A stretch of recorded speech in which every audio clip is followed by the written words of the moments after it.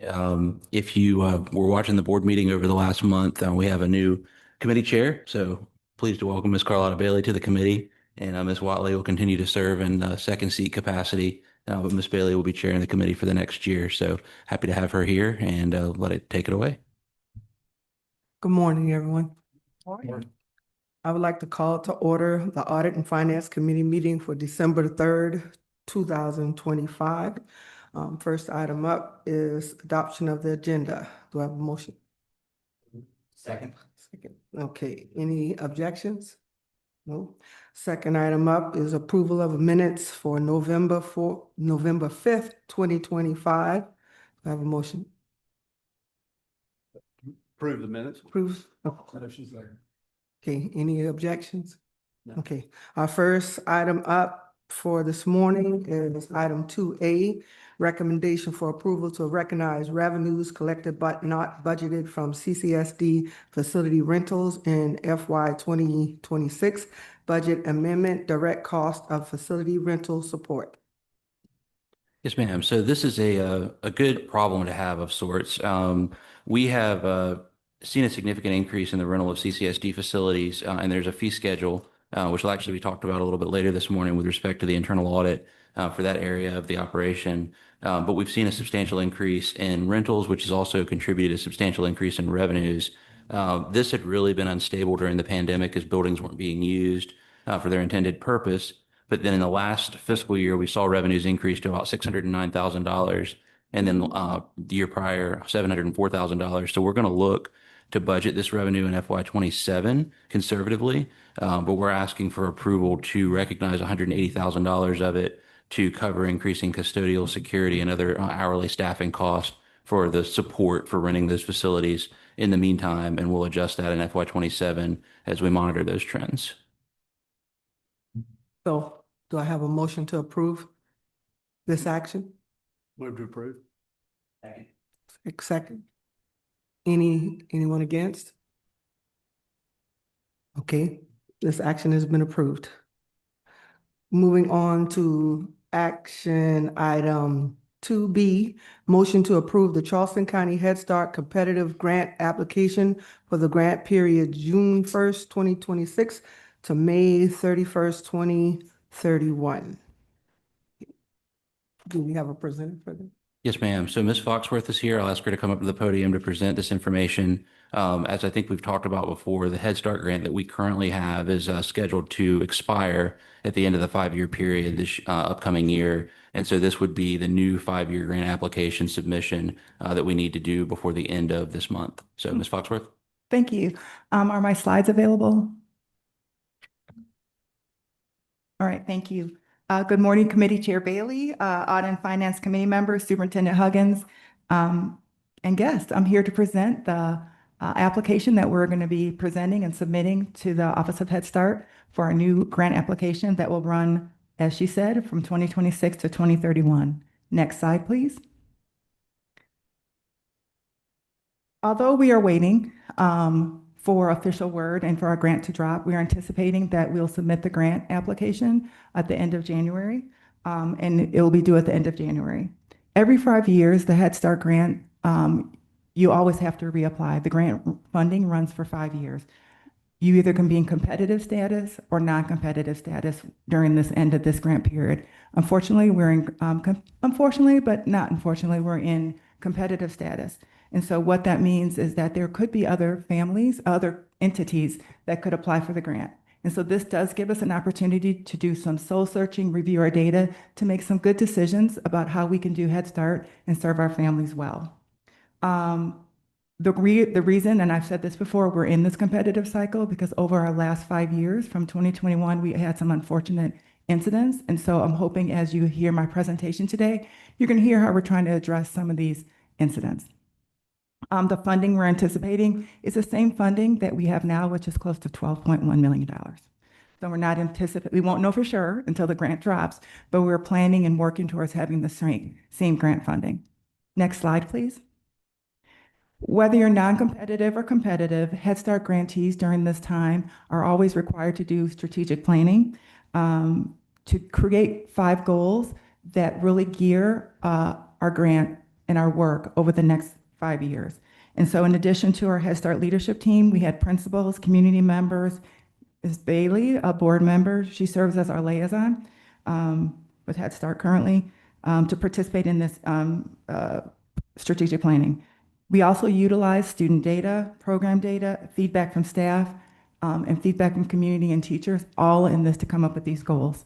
So what you see in front of you are the 5 goals that we'll be working towards over the next 5 years. So the first one is on school readiness, which is why we're here. We want to make sure that students leave our program ready for 3K, 4K, and kindergarten and beyond.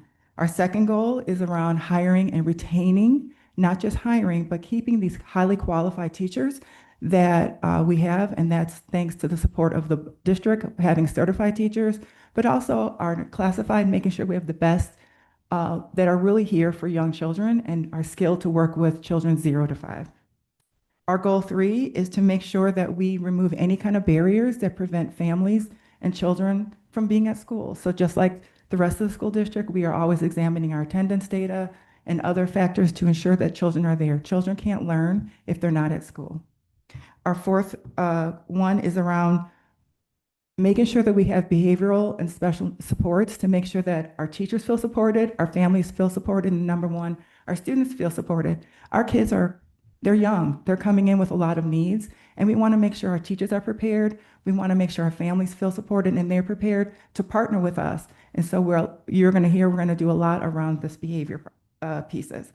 And then goal 5 is we did have a monitoring review and we didn't do as well as we wanted. And so we are making sure that one of our goals in the next 5 years to make sure we're in full compliance. We've already done a lot of things by us being here every month, working with Mr. Prentice's team to make sure that you guys have the financial reports, constantly presenting to the board, sending things to the board through board docs and all those things to make sure we're in full compliance. So we're already working towards those. The next slide, please. So what I'm providing is a summary of our proposed changes. And so to ensure that we can meet our goals of those 5 years, we're going to have to do things differently. We should not be doing the same things that cause us to be in the same situation. So we are doing things differently. And we did have to make some difficult decisions about how we serve children in order to serve children and families well. So some key proposed changes is number one, we are reducing our overall enrollment from 728 to 667. We are going to be putting classrooms where our community assessment says they need to be, where our kids are and families are. We are excited about returning to Latson. We were at Latson a couple of years ago, but now that Latson is a primary school, there's an opportunity to add 2 Head Start classes and an early Head Start. And we're really excited about that opportunity. And then we're also doing some staff restructuring. We're doing it in the classroom and also in the leadership team.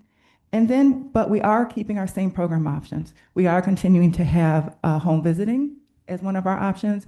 We are continuing to have center-based. The only change that we're making to our program is we're making sure that all of our early Head Starts meets the mandated 1380 required hours. And so all of the early Head Start classrooms as of the 26-27 school year the staff will be on a 210-day cycle, and the kids will go about 195, 197 days. Next slide, please. Here you see where we had to make some reductions in our program. So we were reducing one early Head Start, 8 slots at Midland Park, the same at Mary Ford. We're doing the reductions in Head Start at Midland Park, West Ashley, and E.B. Allington.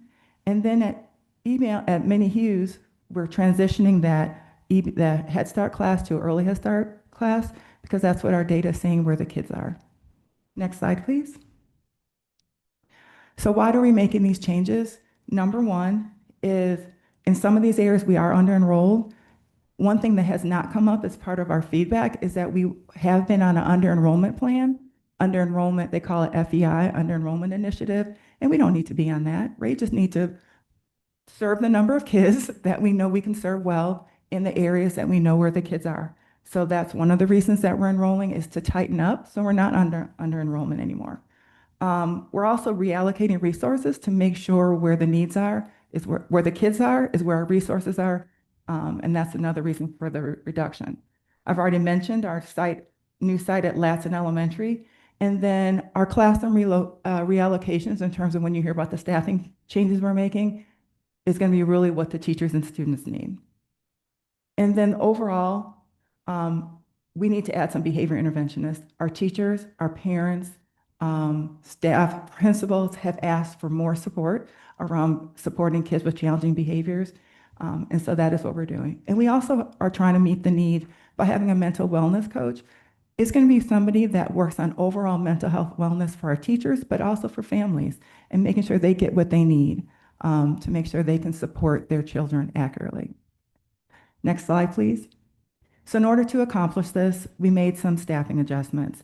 So the classroom staff obviously relate to the former slide where you see that we had to reduce classrooms. But we didn't just look at classroom. Obviously, we have to look at ourselves and our leadership team to make sure that we are staffed appropriately. So we did eliminate some leadership positions, and we transitioned some of our responsibilities that we currently house internally in Head Start back to the district. We talked to a lot of school districts that also, not many school districts do Head Start, but we found some, Berkeley County does, and some others in Florida. And we did consult with them to see, and in Texas, to see how do you serve them? How do you coordinate with the school district to serve them well? And what we found is a lot of things that we were trying to do on our team, the district does. So for example, our HR services are going back to the human resources. And so where we could put things back to the district and work in partnership, we are. And then I already told you about we're gonna have 4 behavior interventionists and 1 mental health and wellness coach. And in summary, we want and we will serve children and families well. And in order to do this, we did have to make some difficult decisions. Nobody wants to cut classes, nobody wants to reduce, but I also do not want to be standing in front of you in 4 years having to recompete because we had incidents. And so I really feel strongly about the changes we've made are positive, and I think it'll show the Office of Head Start that we are ready to take on this grant again. So please, I'm available for any questions. Okay, so the motion that is set before us is to approve the Charleston County Head Start competitive grant application for the grant period June 1st, 2026 through May 31st, 2031. Is there any discussion? I'll Yeah. second it. Thank you. Mr. Todd Garrett? Good.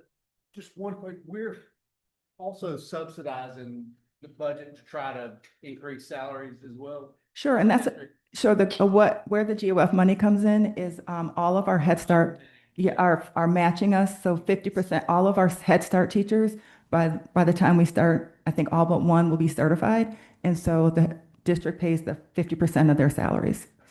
And that has been very supportive because our grant, if you've watched us, our grant funding has not changed, but our salaries have. And so that has been helpful to be able to continue to be as self-sustaining as possible.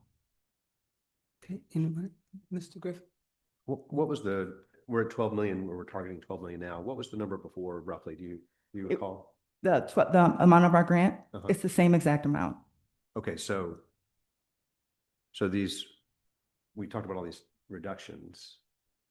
Are they offset by the increase in cost of the staff? Is that So how we got to the behavior interventionist is so we always take our grant and say, this is how much we have. Yeah. And then we have to reduce things. And so we took out reduced some classes and teachers, and we replaced them with behavior interventionists.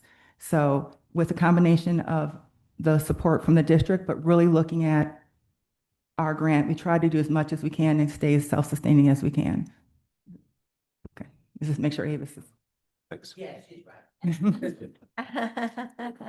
So do you have any concern that grant may not fund it with all the changes and?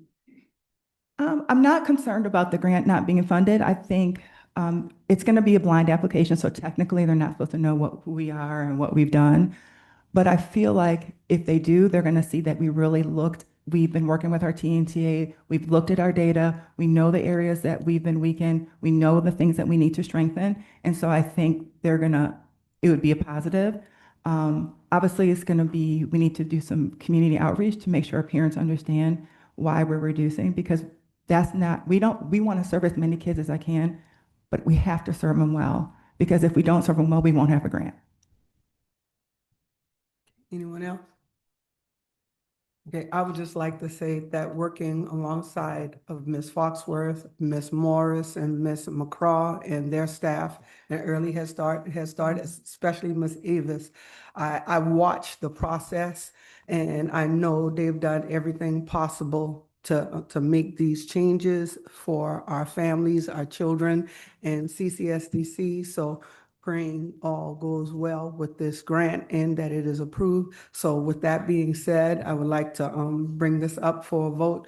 Do I have anyone for this motion? Aye. All right. Any opposed?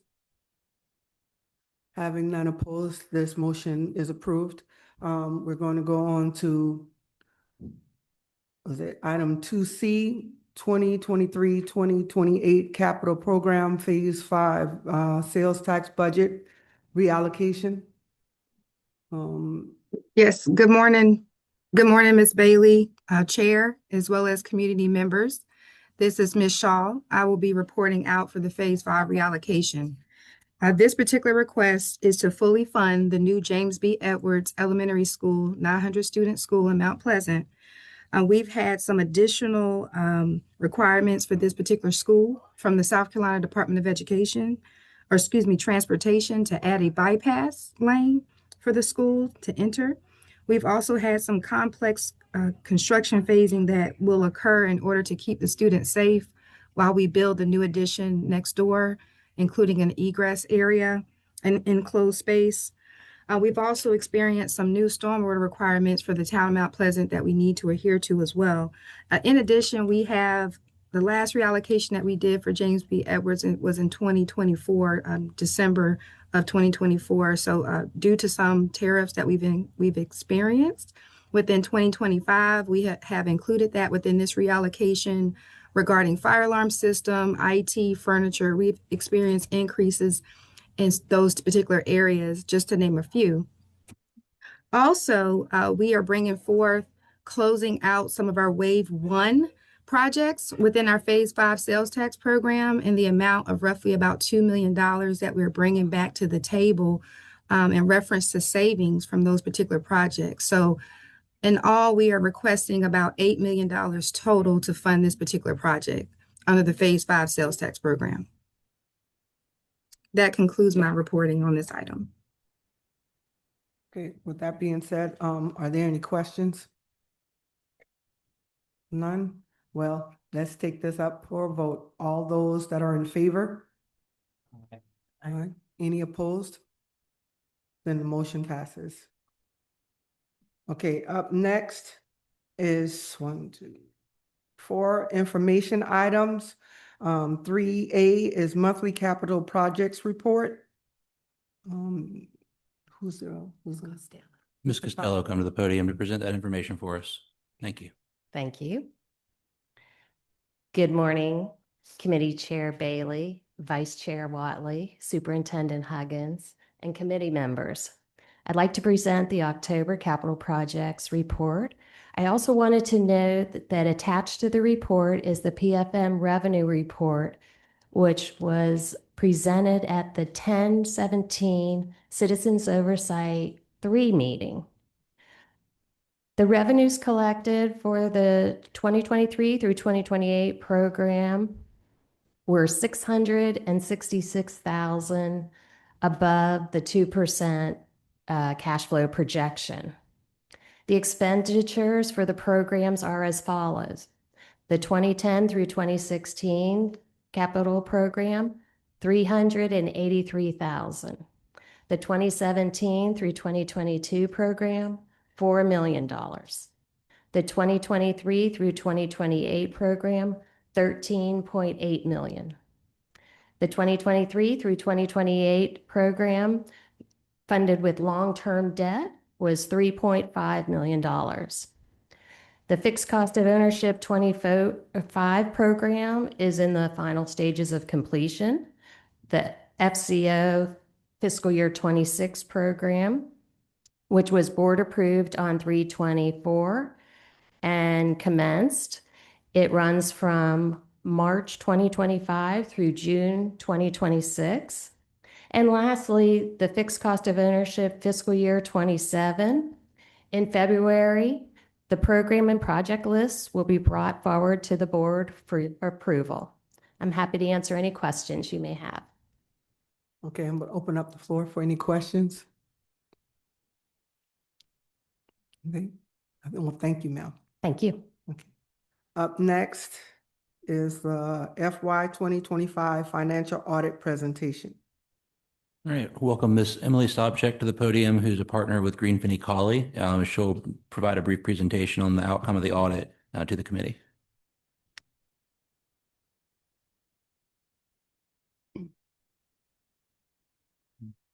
Good morning, everyone. I am Emily Sobczak. I'm with Green Finney Colley, and as Mr. Prentice said, I'm here to present the results of the fiscal 2025 financial statement audit.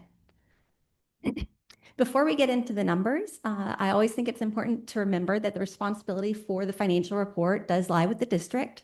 And so the district is responsible for ensuring that the financial information provided at year-end for audit purposes, as well as the information that is provided monthly throughout the year for your strategic decision-making purposes, is complete, accurate, and reliable. And the way we ensure that is through strong policies and procedures, by the district ensuring that there are proper internal controls in place, so that the risks of misstatement in that information are properly mitigated. Our responsibility as it relates to the audit, if you could go to the next slide, please, is to audit the financial information provided and issue an opinion based on our audit. We are issuing an unmodified opinion again this year. That's a clean opinion. That opinion provides reasonable assurance that the financial statements are materially correct. So always important to know that reasonable assurance is a high level of assurance, but it's not absolute. We're not looking at every single transaction that occurred during the year. And we're also using materiality in designing our audit procedures. Through our process, we design our audit procedures based on a risk assessment. So we perform more procedures in areas that we consider to be of higher risk. We also review the internal controls of the district and ensure that those internal controls are properly designed and in place as designed. So let's look at your general fund results. You had a decrease in your general fund balance of 14.3 million, bringing total fund balance at June 30th to 216.5 million. Included in that fund balance, you have 11.1 million that's considered non-spendable fund balance. That's primarily your prepaid expenses. So the money is already out the door, but expenses will be recognized in the next year. You also have committed fund balance of 103 million. That's partly committed for your operating reserve, as well as for your ESSER stabilization funds. You then have assigned fund balance of 31.4 million. That represents your budget appropriations for fiscal 26, which also include some ESSER sustainability and stabilization funds. We then have your unassigned fund balance, which is 70.7 million. That's the amount that is available for future operations. That represents 8% of your 2025 actual expenditures and about 10% of your budgeted expenditures. It also represents about 8% of your budgeted fiscal 2026 expenditures. And so we like to compare the fund balance, the unassigned fund balance, to your expenditures to gauge how healthy that is. The district does have a policy that requires 12.5% of your expenditures to be committed. So that was the operating reserve that I spoke about earlier. And then requires an unassigned fund balance no less than 4.2% or 1/2 of a month of operating expenditures. So as you can see, you are in compliance with that policy. A number of different reasons why it's important to have that fund balance in place. One is that we are measuring fund balance at June 30th. And so you've got about 6 months of cash flows to meet before your property tax revenues start coming in. And so having that fund balance available allows you to do that and reduces the amount of short-term financing that you need. It also allows you to be better prepared for unanticipated expenditures, and to better manage changes in funding. So as we know, the ESSER program ended September 30th of 2024. Some of those funds are now back in the general fund. And that's why you've got those committed and assigned funds to help smooth that transition and to better manage the services that you're providing. Your general fund revenues came in at 802 million for the year. That was an increase of 9% compared to the prior year, and also came in about 4% better than what you had budgeted. You saw increases in your property tax revenues due to continued increases in your assessed values, as well as increases in state revenues. Your general fund expenditures were at 833 million for the year. That was a pretty significant increase from the prior year of almost 18%, but you did stay under budget. So proper planning went into the fiscal 25 budget. You anticipated that those increased expenditures that were primarily due to increases in personnel costs, as you did provide employees with some increases, step increases during the year. And and then, like I said, some of the funds, some of the expenditures that were previously covered with ESSER funds were covered by the general fund for fiscal 25. When we look at all of your funds combined, so in addition to your general fund, adding your special revenue, EIA, and food service funds, as well as debt service and capital projects, we're looking at total revenues and net other financing sources of 1.4 billion for the year, compared to expenditures of 1.5 billion. So definitely a significant operation that your team has been charged with managing. When we look at your fund level financial statements, we focus on current assets and current liabilities, but we also report the government-wide financial statements that add on your long-term assets and obligations. So looking at total capital assets of 1.8 billion for the year, that did increase by about 132 million as your capital additions exceeded your depreciation expense.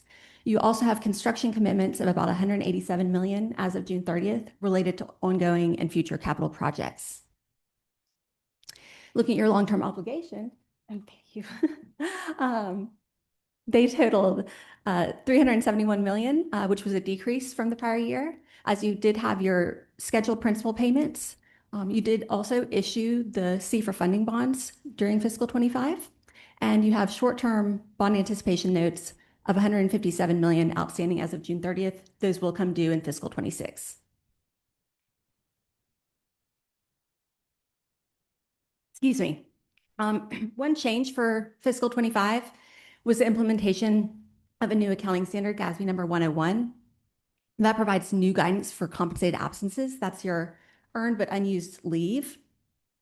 In previous years, under the previous guidance, you accrued a liability for leave that would ultimately be paid out. So primarily your earned but unused vacation leave, since sick leave is not paid out upon termination.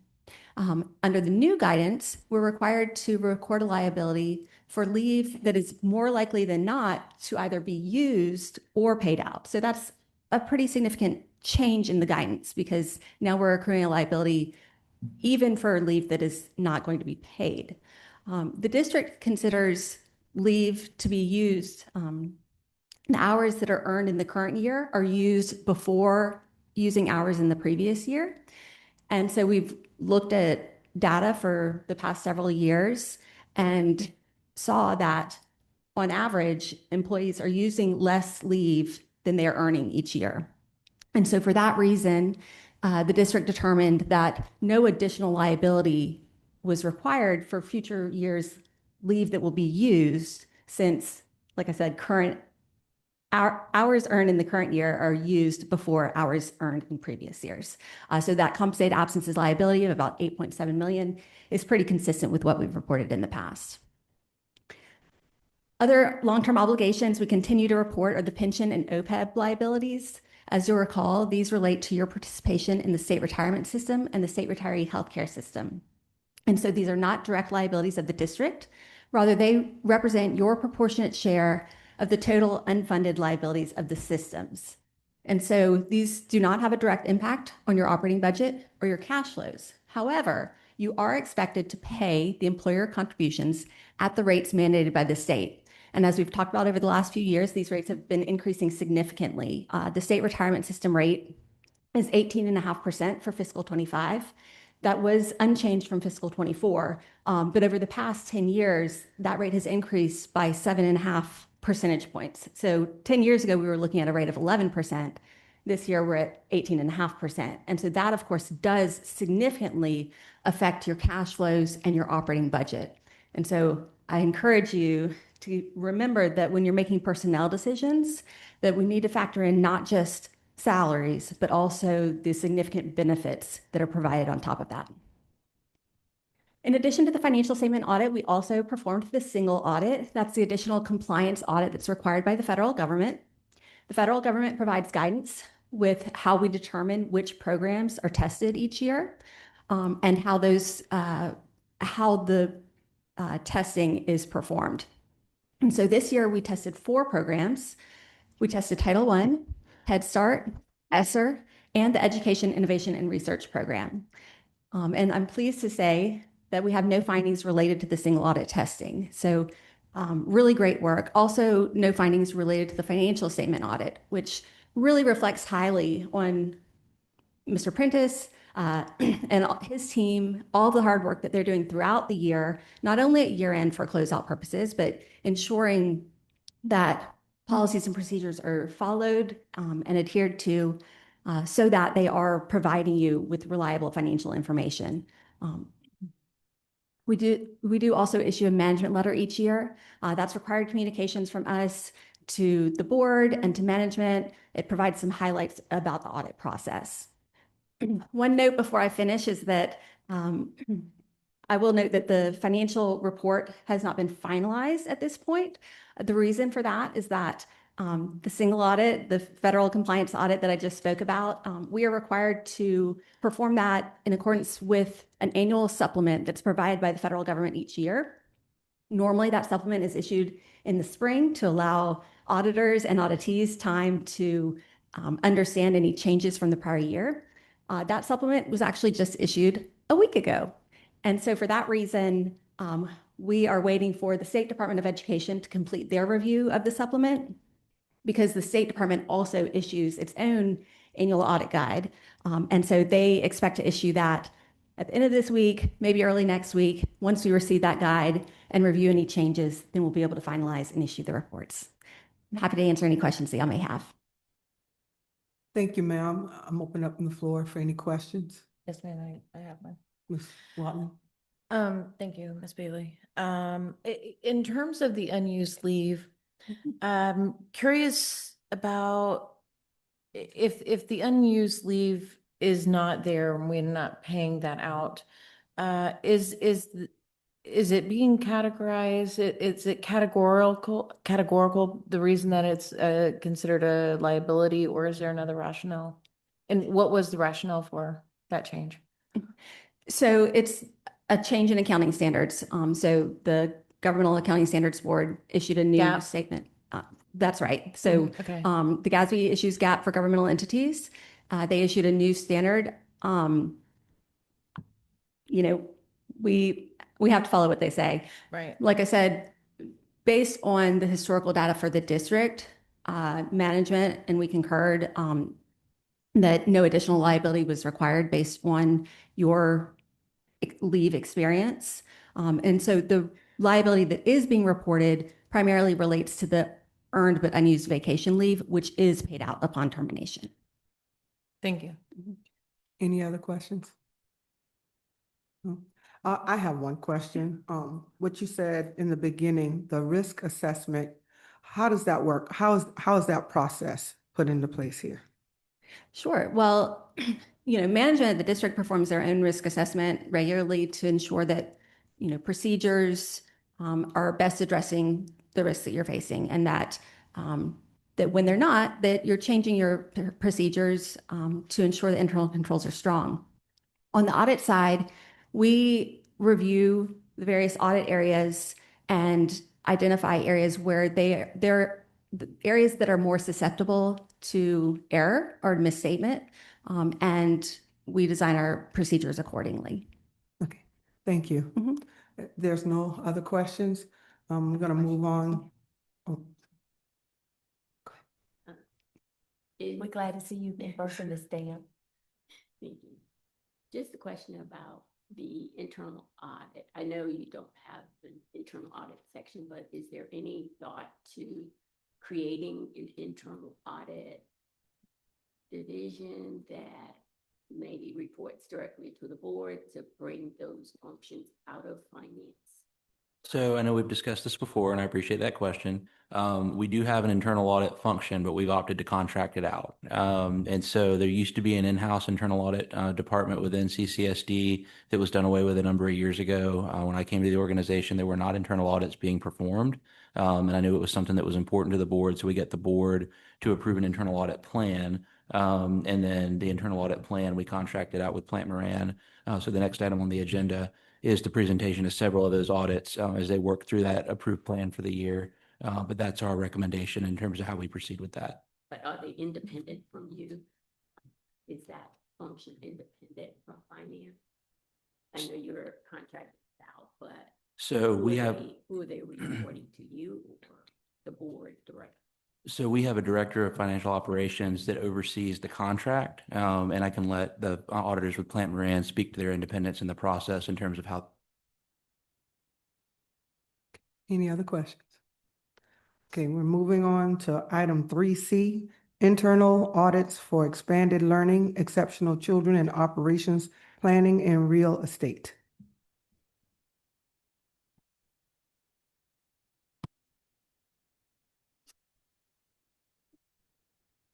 Would you like us to address that question Sure, first that'd be before good. moving? Matt, did you have thoughts on that, in terms of kind of how you describe our independence? Sure, you can go through that better than I can. Brianna, I was unable to hear the question. Could you repeat Okay. that? Okay, so there was a question regarding, kind of how we conduct our internal audits, kind of independent of the finance and management function of the district. Okay. Yeah. Being in independent consulting firm, we're completely separated from the district. Outside of our business relationship, we don't have any other relationships with the district or district board members. So we're able to carry out our objectives, fully independently with full objectivity. And that's reflected in our procedures, our fact-based, evidence-based findings, and the recommendations that we offer to the district.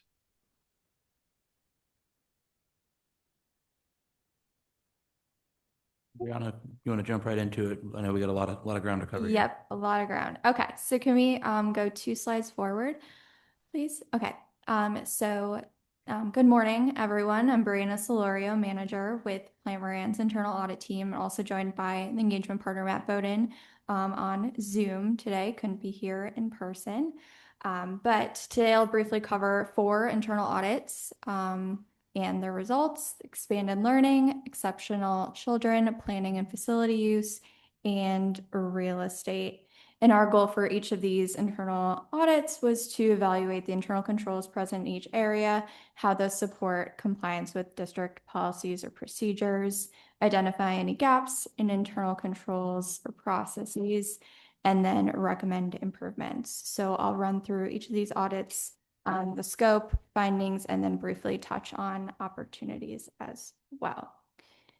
Okay, so if we could move 2 slides forward again, thank you.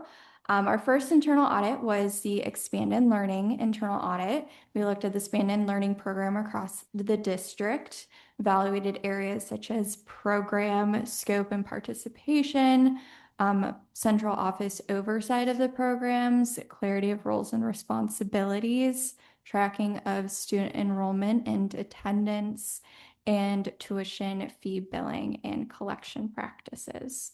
We visited 5 school sites to interview program staff and principals through our audit, and we also had surveyed more broadly across the expanded learning sites as well to gather some more context around the pervasiveness of some of the issues we're either seeing in practice or heard about through our discussions.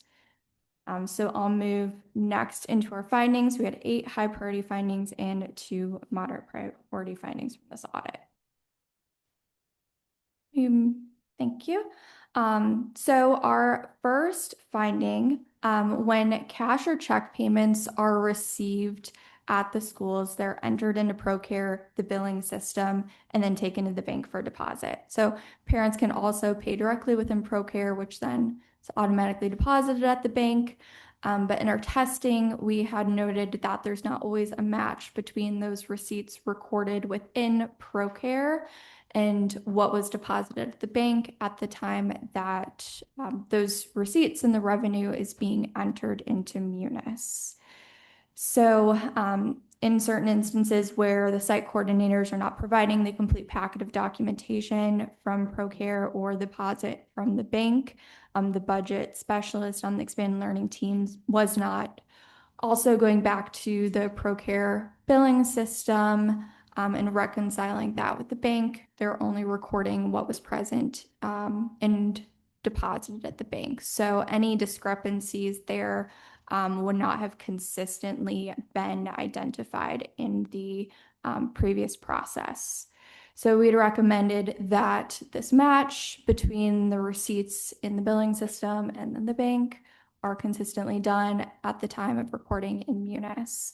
And it also reinforces expectations, which management has performed. Next finding, expanded learning has program officers who supervise multiple school sites. And we found that there was not a standard schedule or checklist criteria for them to use in those site visits to support program quality and oversight across all schools. So to enhance consistency in how frequently sites were being visited, we recommended establishing a minimum cadence for site visits, which management has done, and then to enhance consistency in terms of what's being evaluated at each site across the district and how those observations are being documented and communicated to the sites. Recommended that a standard site visit form is created, which management has also implemented. Next finding, so at sites, one person, the site coordinator, was responsible for receiving payments, recording them in ProCare billing system, preparing them for the deposit, and then taking them to the bank. So this creates a segregation of duties conflict. So we'd recommended that a dual count process is implemented where 2 people count, verify the amount, sign off on a log, and ensure the deposit's sealed for transport to the bank then. And management has implemented this dual count process. Next, we had noted that there was a misalignment of job duties in terms of what written job descriptions said a role was responsible for, and then what was actually being performed and practiced by staff. So the team has conducted a review of the program's organizational structure, updated job descriptions, and is working with human resources to finalize this. And then once completed, then recommend that those be communicated through all staff through updated role assignment, documentation, and training as well. Next finding, we found that some expanded learning procedures were not either documented at all or lacked details of the full process where standard operating procedures did exist. So management is in the process of developing these.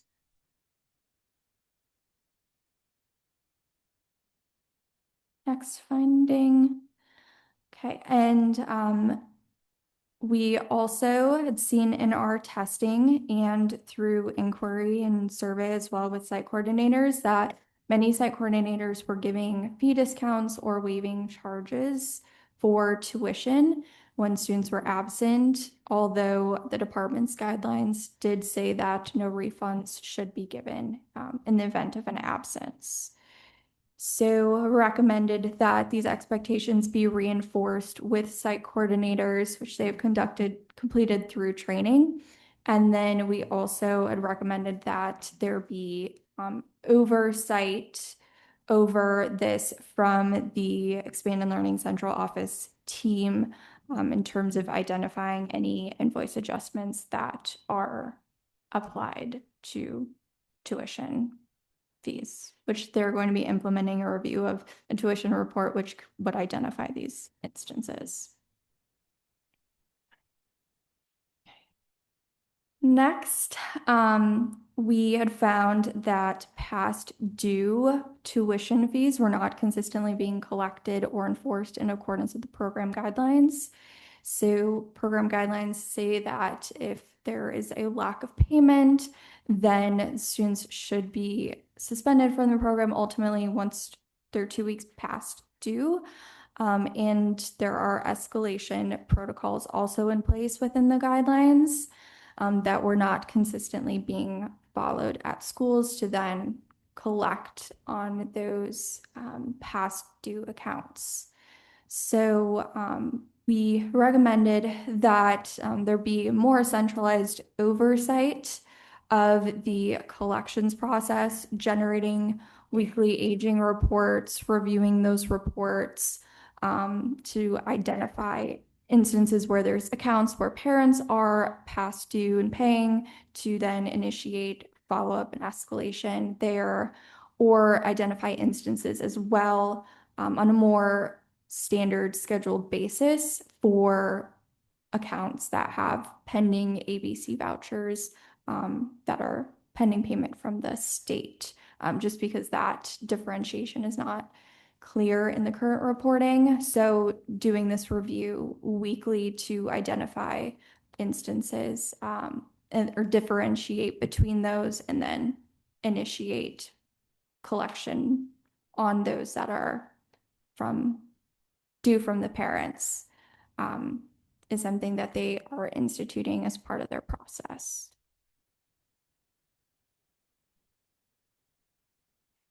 Okay, next, we had noted that there are instances where site coordinators are not providing a receipt to a parent when a cash or check is received from the parent.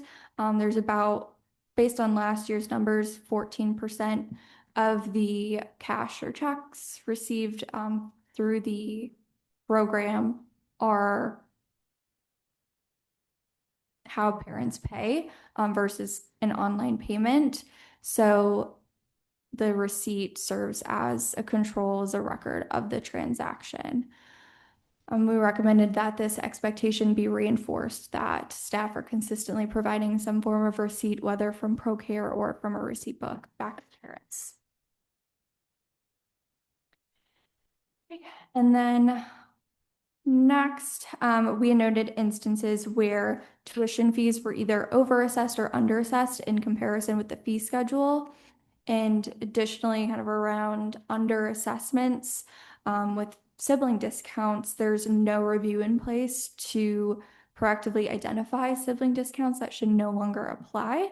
So recommend that that there be a review of tuition rate reports at the beginning of each term to identify any discounts that are set up that should no longer apply, to review the tuition rates to make sure they are aligned with the tuition fee schedule before the first billing cycle.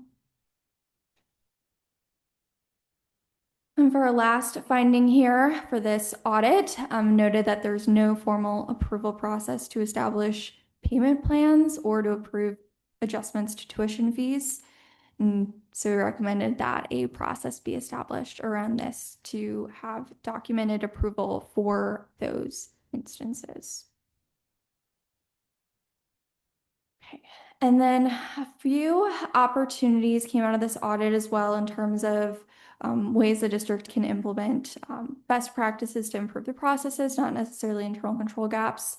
So first, enhancing how program officers support sites by providing timely responses and mentoring of sites through those site visits. So going back to the earlier finding, kind of really establishing that site visit cadence and feedback mechanism will assist with that.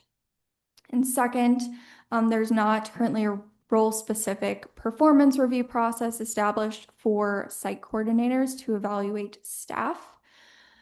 So recommend that there be a library of performance goals where school staff can use to evaluate their team and promote consistency in these evaluations across schools. Next, sites are using both time clocks and paper timesheets for recording time. So this is creating duplicate work. So recommend using the time and attendance system as a single system of record. Next, there are instances where site coordinators do not know the students have special needs or accommodations before the program starts. So there is an opportunity to establish a process for the site coordinators to collaborate with the school's support team in advance of the school year. Next, site coordinators have difficulty confirming if a child was absent from school and thus not attending the after-school program, which leads to just time going in to investigate why a student has not showed up for the program. So there is an opportunity to leverage Power School attendance data to support site coordinators in that process. And then lastly, attendance tracking practices are currently different across sites, some tracked on paper and some are transitioning to using ProCare. So completing that transition to ProCare and verifying consistent use through its deployment can further enhance visibility and provide the attendance data to the expanded learning central office team. Okay. Next, for the exceptional children internal audit, we had evaluated training on special education requirements, identification or referral of students, evaluation and reevaluation to determine eligibility for services, and then IEP development and annual updates. So through our procedures, we performed sample-based testing over student case files to determine if timelines and documentation standards were met and internal controls supported compliance with district, state, and federal regulations. We had 6 findings from this audit, all really around documentation retention. So our first finding, we had found that documentation evidencing that all required team members were present at the meetings were not consistently retained. Some instances there were not signatures on the sign-in page or documentation of virtual meeting participants was not noted in the case file. So we're not able to verify then through our testing procedures that those people were actually present at the meeting. So we recommended that the district update the process guide to more explicitly define the criteria in which virtual meeting participation should be documented, as this was in many of our exceptions, we had seen that they were virtual meetings in which this was occurring. And then additionally, we recommended training as well around those documentation standards. Next, when a student is evaluated for services for the first time, parental consent must be obtained, and then later consent also needs to be obtained before initiating services. So there are instances where the signed consent forms were missing from the student's case file. Does not necessarily mean that those consents were not obtained, but the absence of those forms limits the evidence that the district had informed consent.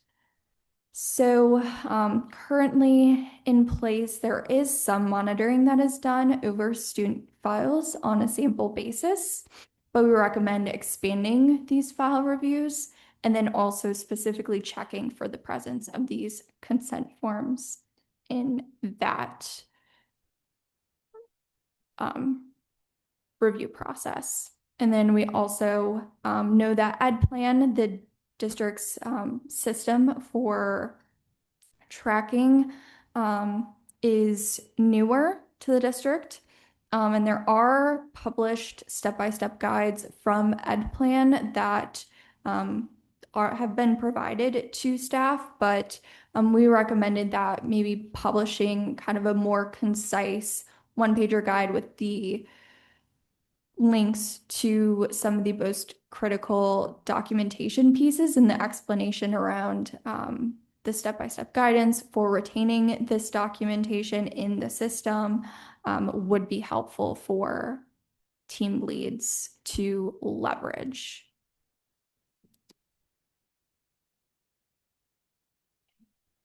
Next, we had noted that timelines for evaluations or IEP implementations were not consistently met in a couple samples that we had tested. So recommended that as a preventative measure, the compliance coordinator should set up automated alerts to receive an alert as a deadline is approaching and then perform follow-up then with that team lead just to remind them of that deadline and determine if there's any risks then to meeting that deadline. And then as a detective measure, periodically run reports from EdPlan to find any instances where timelines may have been exceeded and ensure that a documented reason was retained in EdPlan for those. Next, a prior written notice is a letter that explains to parents what changes or proposed changes or refusal to change or initiate the child's education plan is provided to the parent to kind of explain what the district is doing and why. And in some case files, there was no evidence that these prior written notices were provided to the parent for an IEP change. So this, again, this could have been provided, but it just was not retained to demonstrate that it was. So this is pretty similar to the consent form documentation issue. Recommend incorporating this within those student case file reviews and then including this as one of those key items for the one-pager instructional guide for EdPlan documentation. Okay. Next, there were instances in testing where some files were missing notice letters that were provided to parents, or those notice letters were dated the same day as the meeting. And law does require that parents must be given adequate notice for meetings to have enough opportunity to attend. State law does not specify a specific number of days of advance notice that must be required, but with the audit, from an audit trail perspective, kind of having documentation that those were provided to parents in advance can mitigate risk to the district. So we recommend establishing a guideline for staff to leverage just to promote consistency in terms of the number of days they should aim for to provide notice to parents before the meetings, and then to emphasize the documentation piece in training. And then our last finding here. So when an IEP is created, the district has a process to prepare an IEP at a glance form for all of those students, teachers, to sign this form to indicate that they received the information about the student's IEP and are aware of their responsibilities as it relates to implementing the IEP. But in a majority of our samples tested, this signed form was not retained in accordance with district procedures. So there's just not that evidence to substantiate that notification and communication to all students, teachers. So recommend within the department's procedure guide to more explicitly outline this requirement for the IEP at a glance form in the signatures and retention location within Ed Plan, and then also deliver training around this to reinforce expectation. That does it for exceptional children. So moving to planning and facility use. In this internal audit, we had covered two areas. So enrollment projections, kind of how the district predicts future student enrollment. For this, we looked at the methodology that was used and data used and kind of the controls around verifying accuracy and completeness of that. And then we also looked at facility rentals and sampled agreements with external parties to confirm fees were calculated accurately in accordance with the district's guidance. We had one finding in this audit. Next slide. Okay. So as I mentioned, the district does have a facility use and rental guide, which outlines the charges or rates to be used for facility rentals to various groups. And then in a couple of cases, we had noted in our testing that the fees being charged or assessed did not match the guide's rates. And a lot of this was due to just manual calculations that were going into these invoices for the rentals. So the district has implemented an automated fee calculator template to compute the fee in accordance with the approved rate schedule to then eliminate those kind of manual calculation issues. And then also we'd recommended that any intentional exceptions such as discounts or waiving fees should be formally approved and documented for an audit trail. I also had a couple of opportunities to improve processes. So first here, after a rental agreement is made, sometimes there are changes to rooms or staff needed for an event. So the rental agreement has one thing documented, but then the scheduling system is updated and then the invoice then reflect like a different number of rooms or a different number of staff hours, for example. So there's not consistently documentation which supported that change. There are largely phone calls that took place to discuss these changes.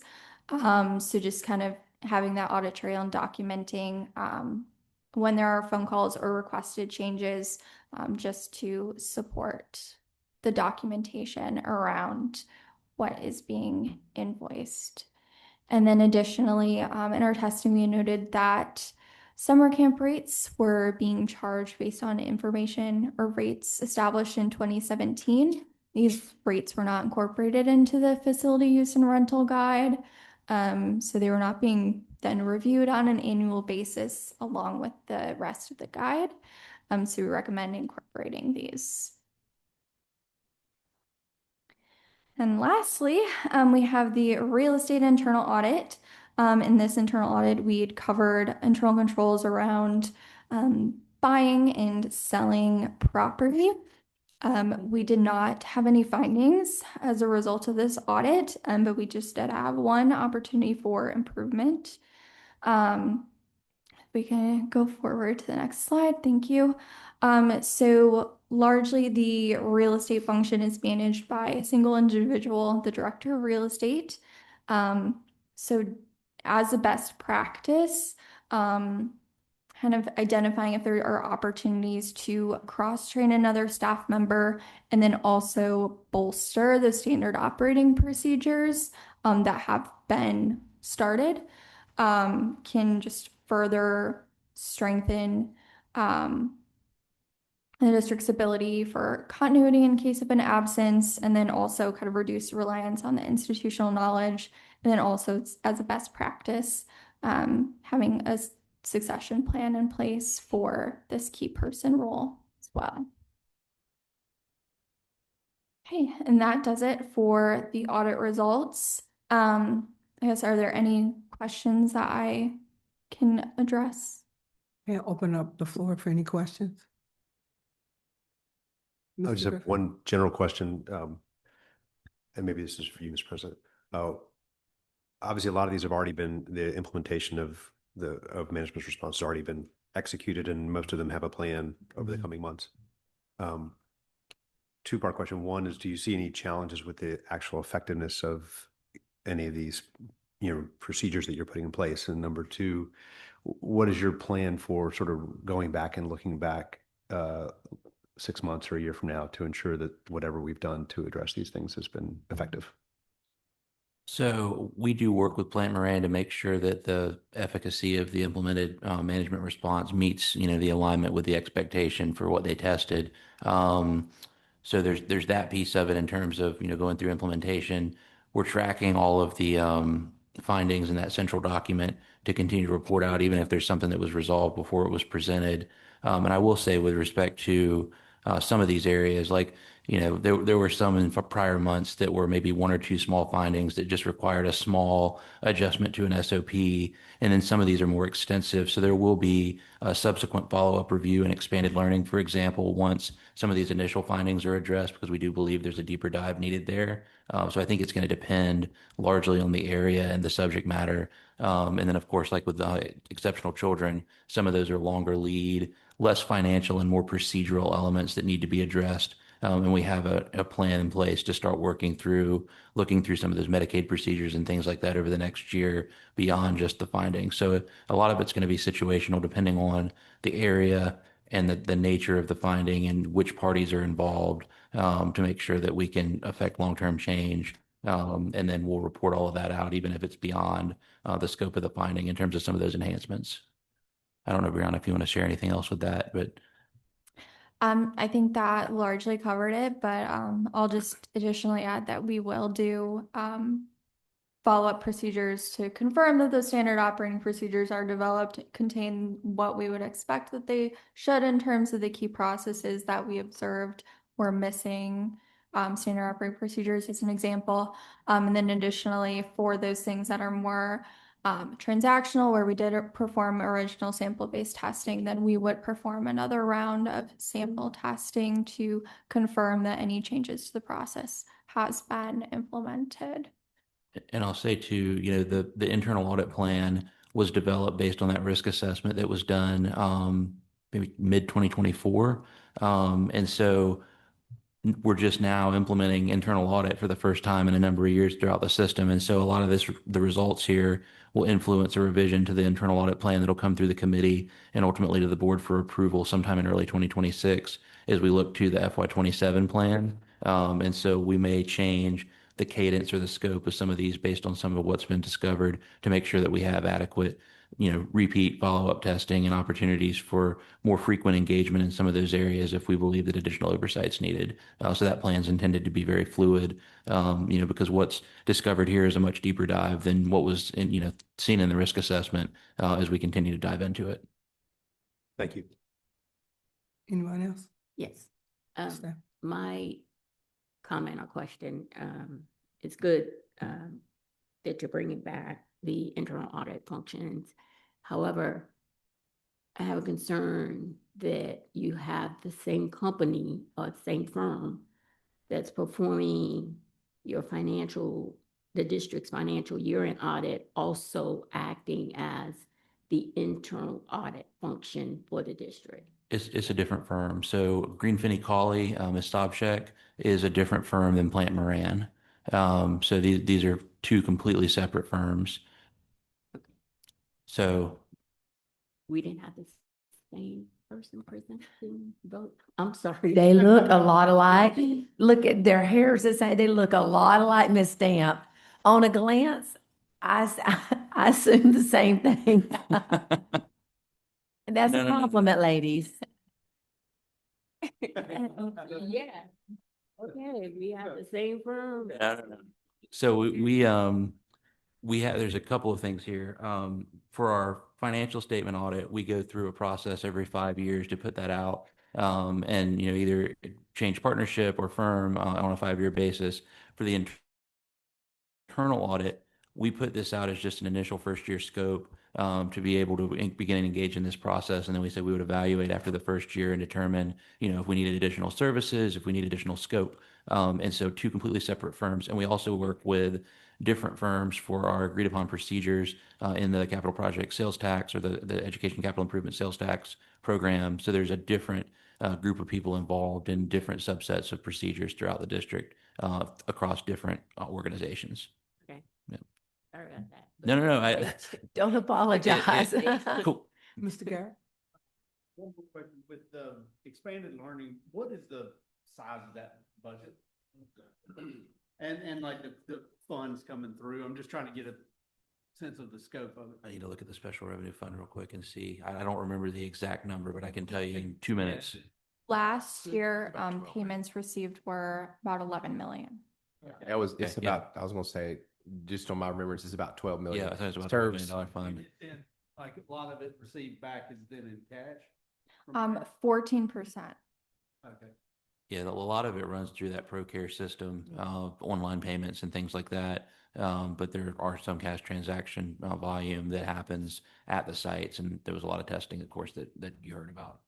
And I know that Brianna spoke primarily about the fiscal components of it, but just so this group knows, we've transitioned leadership in that area, and we have made it largely academic focused moving forward, in that the goals established for the leader are student outcome based, and principals know to work with the leader of that program to use after school kaleidoscope care to enhance student outcomes. And the current group has worked really carefully with Dr. Clamp to address a lot of the audit findings already, but nonetheless, we'll keep you updated on our return on investment in that area and how we're doing. Dr. Clamp, I don't know if you want to add anything else.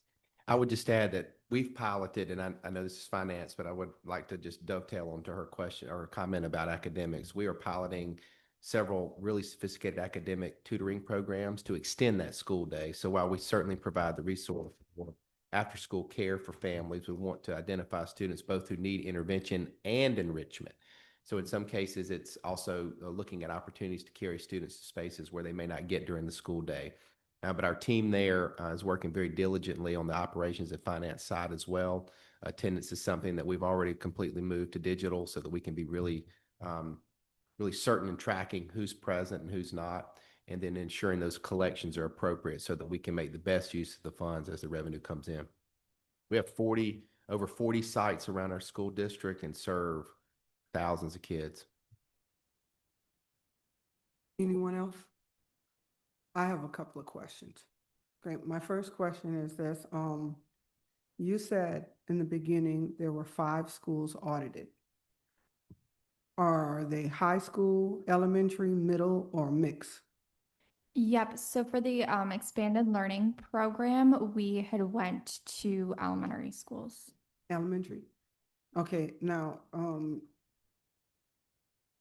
what determined those 5 schools that you selected? Were there things going on that placed a red flag on them, that you audited them? And how often are these audits done?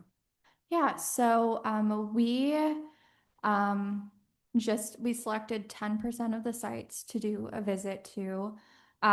There weren't, I guess, specific like issues that we had heard of going into it, just as the executive director over the program was newer, so she's still trying to get her arms around all of what was going on into the schools, but we did make sure to select different schools across the regions in the district, and different schools, covering each region that each program officer oversees to get that Mhm.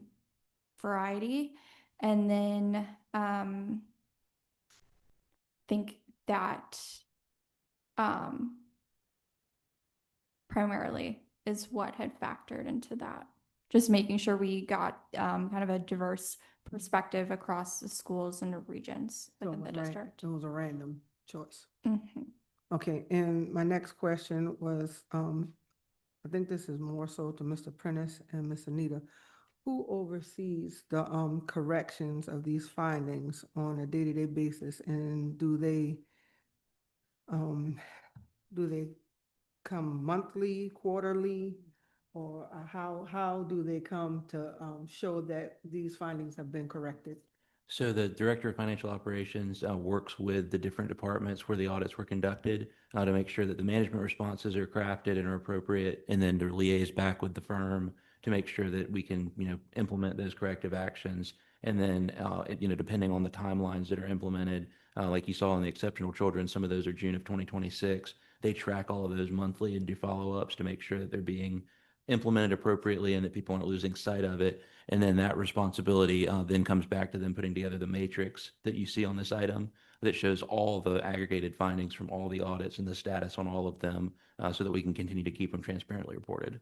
Okay, so all of these audits are done annually at the end of every year? So there's some that are the critical risk, the high risk. Some are done annually. The low to moderate risk ones, some are done either biannually or every 3 years based on that approved audit plan. Okay, so my last question is this. Once all of these findings have been corrected, you move on to a different set of schools? I mean, is it primarily elementary or is it elementary, middle, and high schools? So I'll have to look at what the risk assessment score was on expanded learning, but when expanded learning comes back up, and I mentioned we're going to do a subsequent engagement based on some of the things that were discovered here, but when expanded learning comes back up, whether it's this firm or another firm, we would provide that work product to that firm and ensure that when they were going back through and doing their testing, they were able to, again, it would be random, but to make sure they weren't, repeatedly testing the same locations over and over again to diversify what they were looking at. Okay, thank you. Any other questions? Okay, we're gonna move on to item 3D, monthly financial report for October 2025. All right. Get back up to the right screen here. So have a few monthly reports for you. The first is the General Operating Fund financial report for the month of October. We're starting to see revenues pick up, particularly from local sources as those tax payments are coming through the county. So we've collected about 10% of the total budget in terms of revenues for the year as of the end of October through November and December and into the new year. We're seeing a significant increase in property tax payments, but everything is tracking to budget at this point in time on both the revenue and expenditure side. And so we expect to see that performance persist throughout the year. As you heard during the audit presentation, our projections and the outline, or excuse me, the resulting year-end amounts came in much closer to budget for FY25, and so we expect those trends to continue through FY26. Even we made some additional adjustments to our projections based on actuals that we were seeing in the past year. So we're looking good there for the general operating fund. Weighted student funding, that report's included. I don't really have anything to share in that regard. I'm happy to answer any questions about WSF for the year. As I've indicated previously, of the $36 million appropriated, we've seen a really strong adoption and strategies from schools. And so we expect to be even closer to budget in terms of actual expenditures at the end of FY26. And then, of course, we have the Head Start report included. Nothing particular to note there. But as Ms. Foxworth indicated, with the new application, we've taken a lot of what we've done in terms of our projections and analysis on actuals to fine tune the budgets for salaries in particular. There were some prior years where we had greater vacancies, but as our salaries have increased, we've seen those vacancies decrease. And so we're making sure that we're allocating the budget appropriately to try to spend every dollar that we receive through that grant during the appropriate fiscal period. even though that grant amount has remained the same, 12,052,000 during the current term and the upcoming term. So I don't have anything else to share on the financial report, but I'm happy to answer any questions. Okay, any questions? None. We'll move on to item 3E, purchases and contracts greater than 250,000. A list of purchases and contracts greater than 250,000 as of November 15th, 2025, totaling 4,019,180. These reports can be found at the following website. So who's going to present? So we have that on the dashboard through the link on the agenda. As I've talked about in the past, there's some seasonality to the volume on this report, particularly as some of our summer improvement projects and things that are funded by FCO are engaged. So as we get into November, this list has dropped down pretty significantly. It's only about $4 million this month. And I don't have any particular notes here. I will just say that there were no competitively bid projects during the month of November. It was all CCSD contracts or change orders to existing contracts. So nothing particular to note. A lot of our, I say, governmental agreements with Charleston Dorchester Mental Health, for example, that are all exempt from competitive procurement because their partner agencies were included on that report. So nothing particular note for this month. Okay, any questions? None? Okay, moving on to item 3F, financial services 3-year strategic plan. All right. So this one's a little bit different. I think I talked to the committee several months ago about the fact that finance was working to put together a strategic plan to help guide our work internally. Excuse me, I think I need something to drink as well. Over the next 3 years.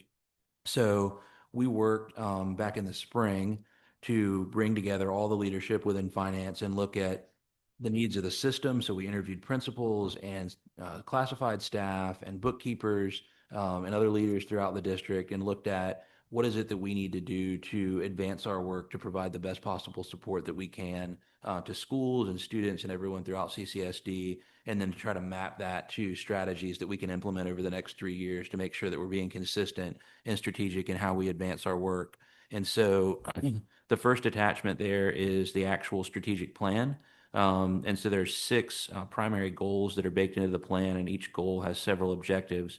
And the themes that emerged in the planning process were people really want to see automation and optimization of systems to make process easier.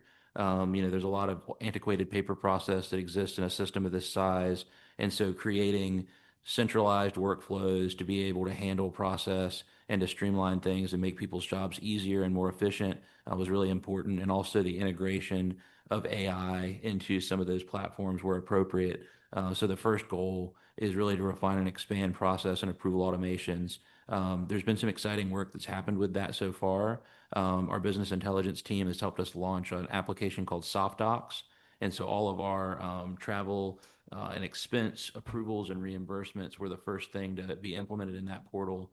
They created some connectors to our financial system and other systems of record to where people can input their employee ID and pull in information from the system of record so that it doesn't have to be done manually anymore. And all of those processes are done virtually through an automated system that your account single sign-on directly integrates into so that you don't have to do paper routing. And that's substantially improved the approval process and the reimbursement process for closing out employee travel.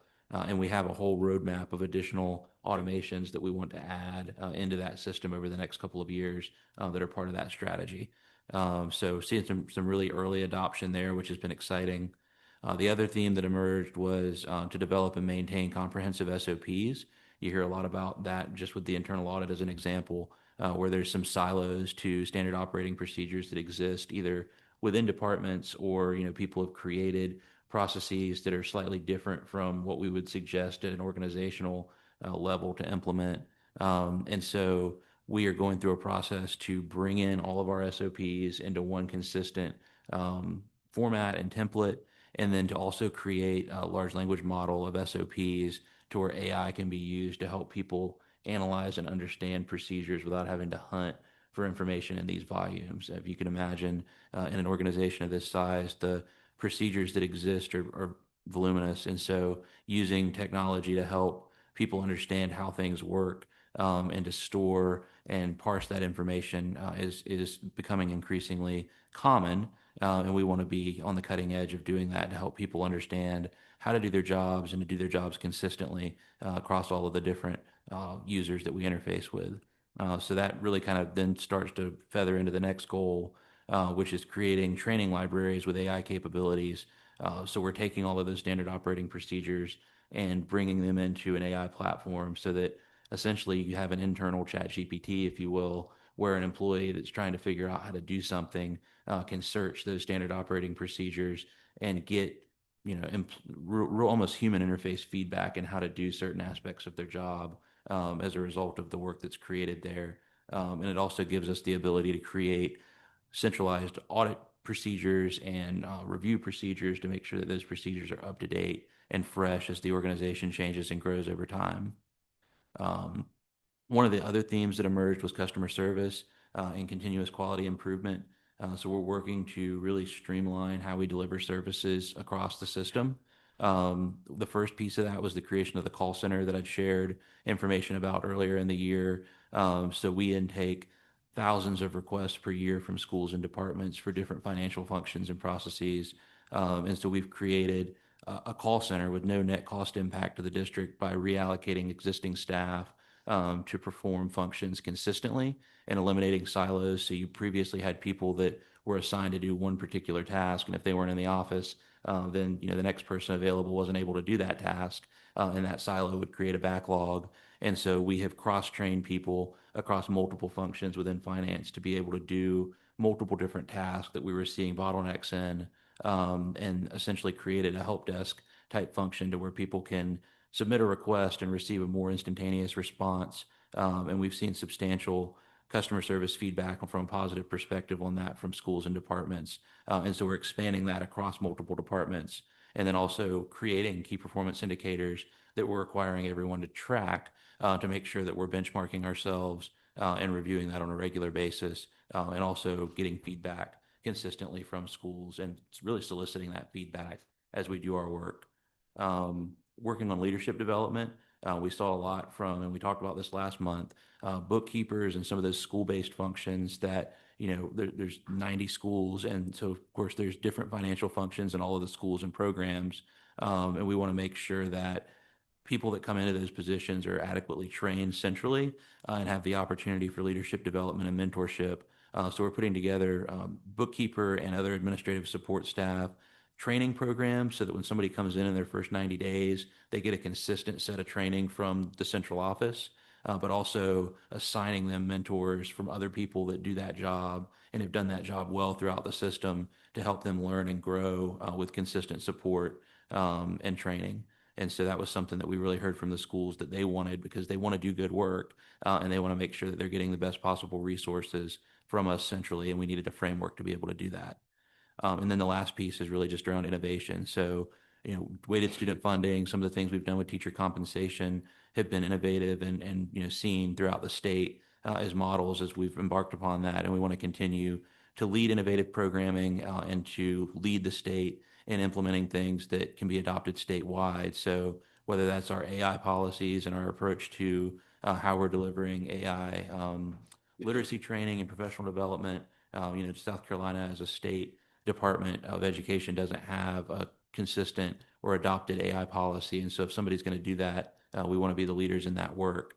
We also want to make sure that we're on the cutting edge of ensuring that revenue models for education in South Carolina meet our needs, but also make sense for the way education is administered throughout the state and be on the forefront of legislative policy and any legislation that impacts K through 12. So we're consistently engaging and reviewing with our delegation things that impact us and making sure that we're being thoughtful about reviewing those things and not just standing by and waiting for change to happen. So the second attachment on here details at a very high level the work that's gone into all of these goals over the first quarter.